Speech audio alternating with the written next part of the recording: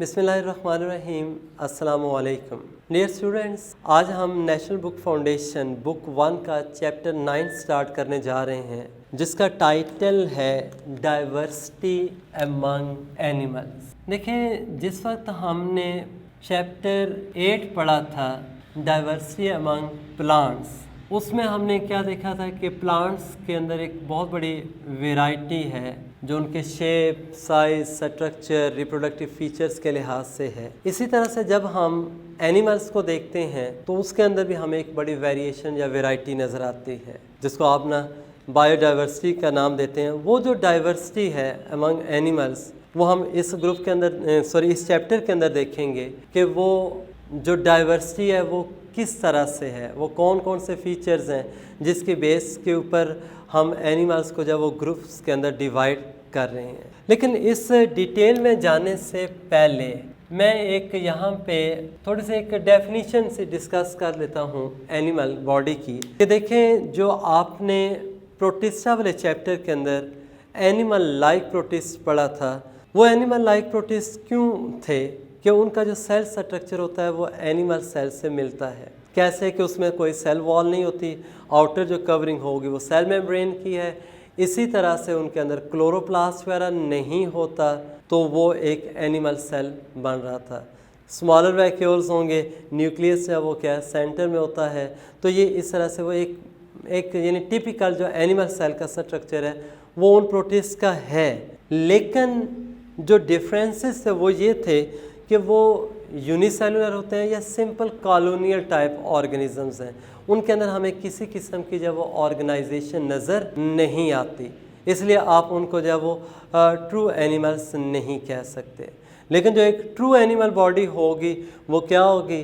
Multicellular body होगी, वो heterotrophic होगी, और उसके अंदर क्या है, हमें ऑर्गेनाइजेशन और डिवीजन ऑफ लेबर नज़र आएगी। जबकि प्रोटिस्ट के अंदर ऐसी कोई ऑर्गेनाइजेशन और डिवीजन ऑफ लेबर हमें नहीं मिलती। अब मैं यहाँ पे एक साथ चलाऊँगा, थोड़े से कैरेक्टरिस्टिक्स की बात भी करेंगे कि जो कैरेक्टर्स ऑफ एनिमल्स हैं वो भी, प्लस हम साथ देखेंगे कि जो एनिमल्स को हम डाइवर्सिटी को स्टडी करने के लिए जो क्राइटेरिया बनाते हैं, जो एनिमल बॉडी के डिफरेंट हम कैरेक्टरिस्टिक्स को सिलेक्ट करके उसको फिर आगे डिफरेंट ग्रुप्स और सब ग्रुप्स में डिवाइड करते हैं, वो क्राइटेरिया क्या है। लेकिन एक बात क्लियर कर दूं, इस चैप्टर के अंदर यहाँ पे चैप्टर 9 में जो उसने आपके सिलेबस में जनरल कैरेक्टरिस्टिक्स की बात की है, एक तो वो बड़ा क्लियर है कि भाई हेटेरोट्रॉफिक हैं, इंजेस्टिव मोड ऑफ न्यूट्रिशन होगा,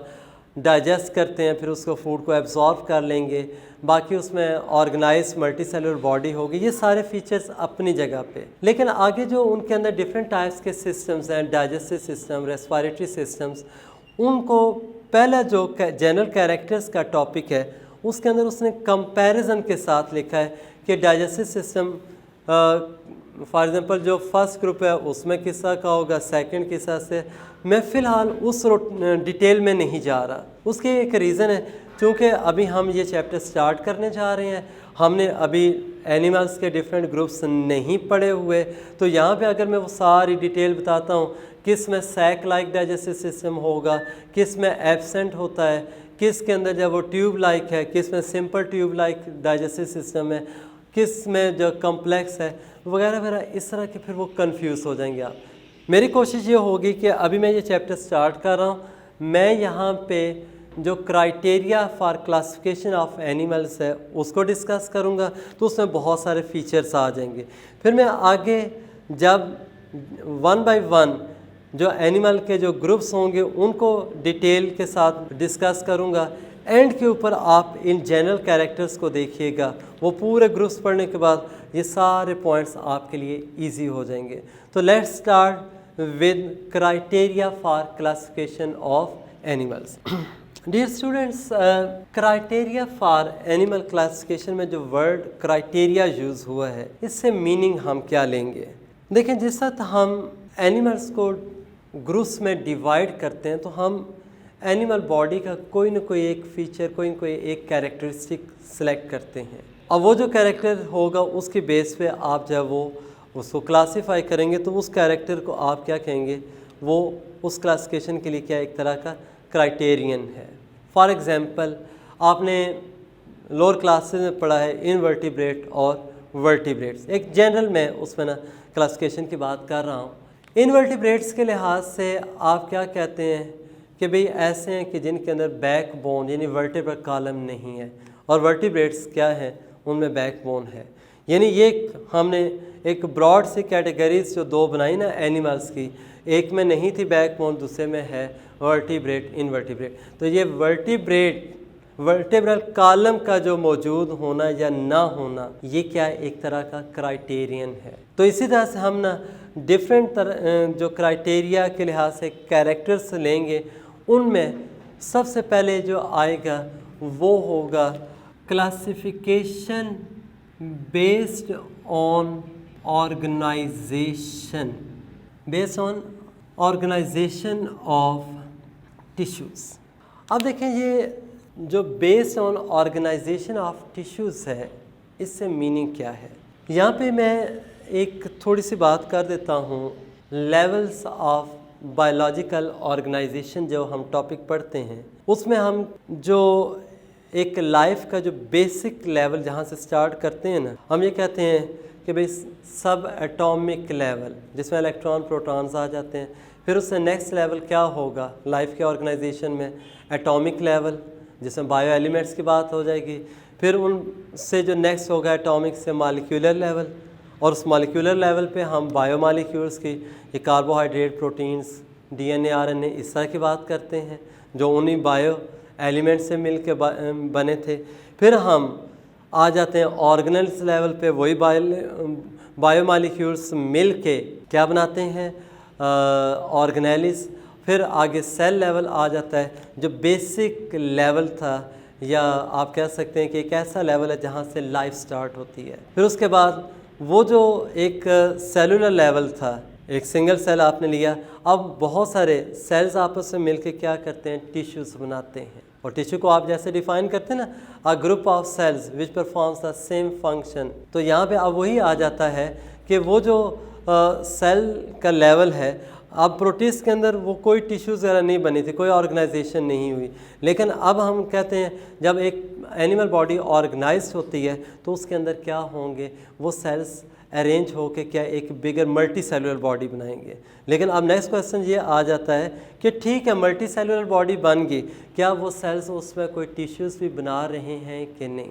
अब जैसा हम इस लिहाज से इसको ऑब्ज़र्व करते हैं तो हम एनिमल्स को दो ग्रुप्स के अंदर डिवाइड कर देते हैं।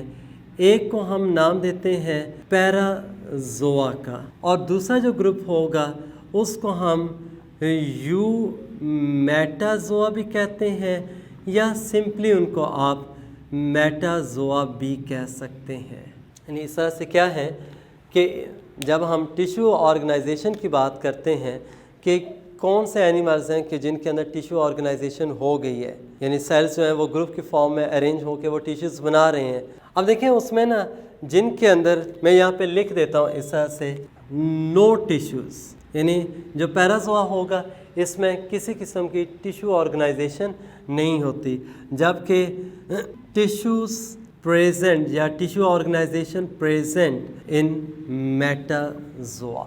अब इसमें भी ना हम फ़िलहाल यहाँ से स्टार्ट ले लेते हैं कि वो साथ साथ मैं इसमें करता हूँ कि जो ग्रुप्स हैं एनिमल के वो भी बताता जाता हूँ।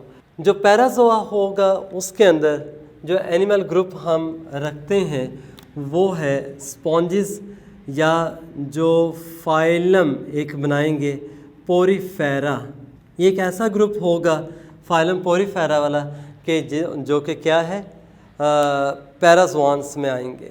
अब पोरीफेरा के बाद आगे जितने भी फाइला होंगे, यानी नेक्स्ट जो फाइलम हम पढ़ेंगे वो फाइलम निडेरिया या फाइलम सिलेंट्रेटा भी हम उसको कहते हैं, और उससे ऑनवर्ड जितने भी होंगे उन सब के अंदर क्या टिश्यू ऑर्गेनाइजेशन मौजूद है। अब देखें तमाम एनिमल्स से जस्ट हमने टिश्यू ऑर्गेनाइजेशन को देखा तो उसको दो ब्रॉड कैटेगरीज में डिवाइड कर दिया, पैराजोआ और मेटाजोआ।